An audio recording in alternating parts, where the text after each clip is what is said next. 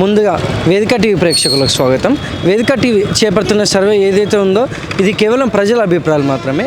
వేదిక టీవీ అభిప్రాయం కాదు. నిజాన్ని నిర్భయంగా ప్రజలతో మాట్లాడి చర్చించడానికి వేదిక టీవీ ఎల్లప్పుడూ కృషి చేస్తుంది. ఇందులో భాగంగా ఈరోజు సూర్యాపేట జిల్లాకు రావడం జరిగింది. మరి ఈ సూర్యాపేటలో ఉన్నటువంటి ఆర్టీసీ బస్టాండ్కి చాలా గ్రామాల నుంచి ప్రజలు నేరేడుచెల్ల, భీమారం, కోదాడ, ఖమ్మం, తుంగతుర్తి, తొర్రూరు, మహబూబాబాద్ నుంచి ప్రజలు ఇక్కడికి రాకపోకలు సాగిస్తుంటారు.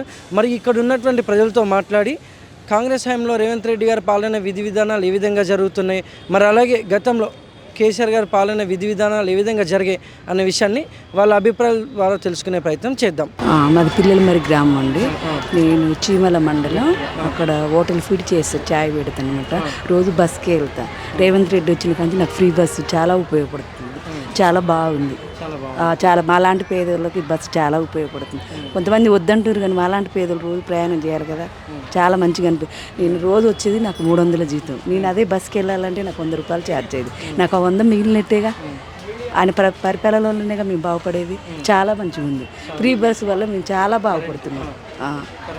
కరెంటు కూడా ఫ్రీ కరెంటు. మేము ఇంత ముందుకు బిల్లులు కట్టేది, ఇప్పుడు బిల్లులు కట్టేది కూడా లేదు. చాలా మంచిగా ఉంది. ఇప్పుడు మా పిల్లలు ఇప్పుడు మా అమ్మమ్మ వాళ్ళ ఇంటికి పంపించాలన్న ఇప్పుడు సెలవులు వచ్చినప్పుడు 1000 రూపాయలు ఇచ్చేది అది మా అమ్మాయికి. ఇప్పుడు అది కూడా తప్పింది నాకు. అది కూడా తప్పింది. చాలా మంచిగా ఉంది. ఫ్రీ బస్ వల్ల చాలా ఉపయోగం ఉందండి మాకైతే. మరి గతంలో కేసీఆర్ గారి పాలనపై మీ అభిప్రాయం ఏంటమ్మా? అలా దాంట్లో కూడా మంచిగా ఉందండి. నేను ఇతంతు నాకు పింఛన్ ఇచ్చిండు. ఆయన పరిపాలన కూడా మంచిగా ఉంది. కరెంటు కూడా ఆయన కూడా మంచిగా పెట్టించిండు.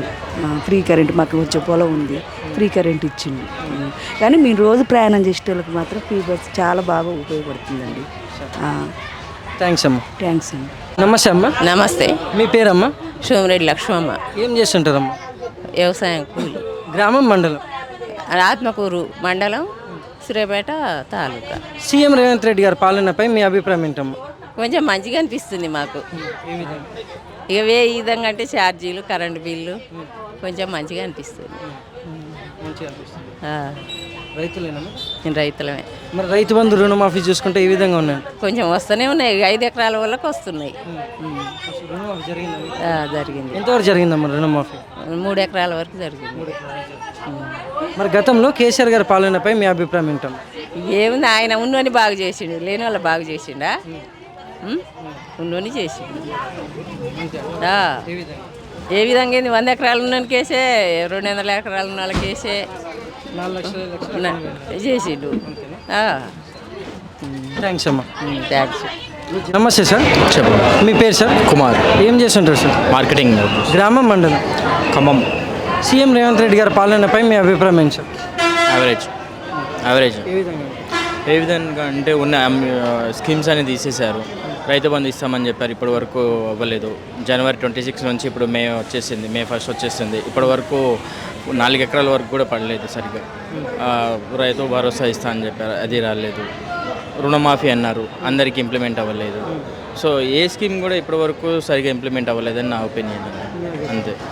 మరి గతంలో కేసీఆర్ గారి పాలనపై మీ అభిప్రాయం? చాలా బెటర్ అండి, ఇప్పటితో పోల్చుకుంటే చాలా బెటర్.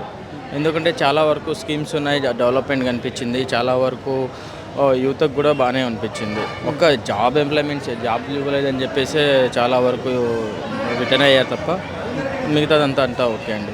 అంటే ఇప్పుడు రేవంత్ రెడ్డి గారు ఏ ప్రభుత్వం చేయనటువంటి విధంగా రుణమాఫీ అనేది చాలా పెద్ద మోతాదులో చేశారు కదా? అవ్వలేదండి. మీరు ఎంక్వైరీ చేసుకోండి, 100% అయితే అవ్వలేదు ఎవరికి. మీరు ఏ విలేజ్కి వెళ్ళైనా అడగండి, 100% ఎవరికి అవ్వలేదు. Thank you sir. అమ్మా. నమస్తే అండి. మీ పేరమ్మా? రమాదేవి. ఏం చేస్తుంటారమ్మా? షాప్లో వర్క్ చేస్తాను. గ్రామం, మండలం?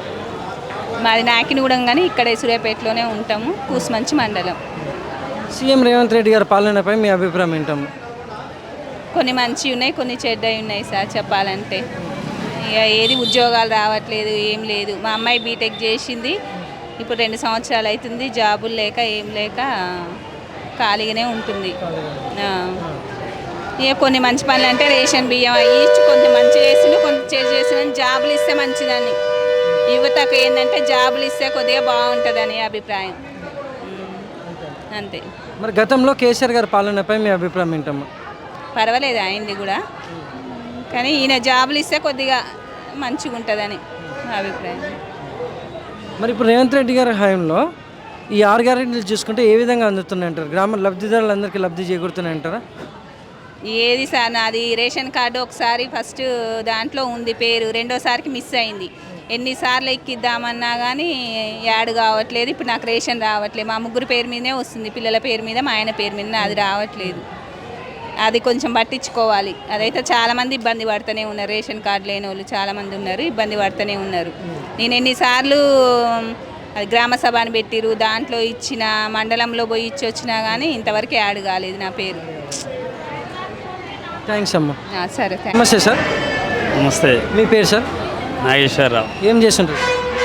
షాప్లో గుమస్తా చేస్తారు. గ్రామం మండలం? గ్రామం మండలం. Local, Suryapet local. CM Revanth Reddy గారి పాలనపై మీ అభిప్రాయం ఏంటి సార్? నడుస్తుంది అట్లా కాలం అంతే. ఏ విధంగా? బాగాలేదని చెప్పలేము, బాగుంది అని చెప్పలేము. ఇంతకుముందుకి ఇప్పటికి తేడా ఏం లేదు. కాలం అలానే నడుస్తుంది. ఎవరి పని వాళ్ళు చేసుకోవాలి తప్పదు. మరి గతంలో కేసీఆర్ గారి పాలనపై మీ అభిప్రాయం ఏంటి సార్? ఆయన ఉన్నా ఈయనున్నా ఎవరైనా మేము చేసుకుని తప్పట్లే కదా. సామాన్య మానవుడికి ఎవ్వరు ఏం చేసేది లేదు. ఏ రాజకీయ పార్టీ వాళ్ళైనా అలానే ఉంటారు. Thank you sir. నమస్తే, మీ పేరమ్మా? రచిత. ఏం చేస్తుంటారమ్మా? House wife. గ్రామం మండలం? మేము హైదరాబాద్లో ఉంటాం. సీఎం రేవంత్ రెడ్డి గారి పాలనపై మీ అభిప్రాయం ఏంటమ్మా? పర్లేదు, బాగానే ఉంది. ఏ విధంగా? ఏ విధంగా అంటే కొంచెం ఈ బస్సులకు దానికి దీనికి అంతే.